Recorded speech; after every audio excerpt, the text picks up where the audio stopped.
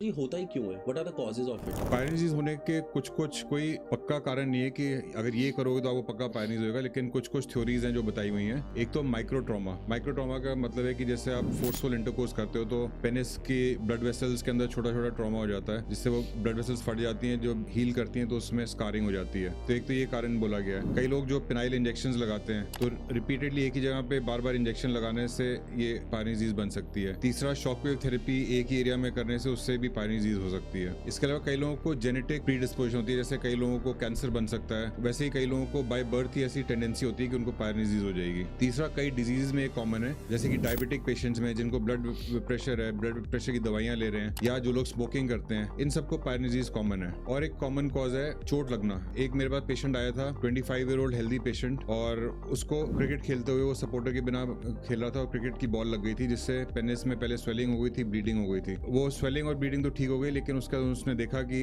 एक hard guard बन रही है, तो वो हार्ड गार्ड जो थी बाद में पायरेनिस बन गई। तो उसको और कोई प्रॉब्लम थी, लेकिन वो बॉल के चोट लगने से पेनिस में वो गार्ड बन गई। लेकिन एक चीज है कि ये सेक्सुअली ट्रांसमिटेड डिजीज नहीं है। ऐसा नहीं है कि आपने किसी इन्फेक्शन की वजह से या किसी पार्टनर के साथ सेक्स किया है जिसकी वजह से पायरेनिस हो गया है। तो किसी पार्टनर से पायरेनिस नहीं हो सकता। मैस्टरबेशन, अगर आप अग्रेसिव मैस्टरबेशन करोगे उससे भी ट्रॉमा हो सकता है, जिससे पायरेनिस हो सकता है।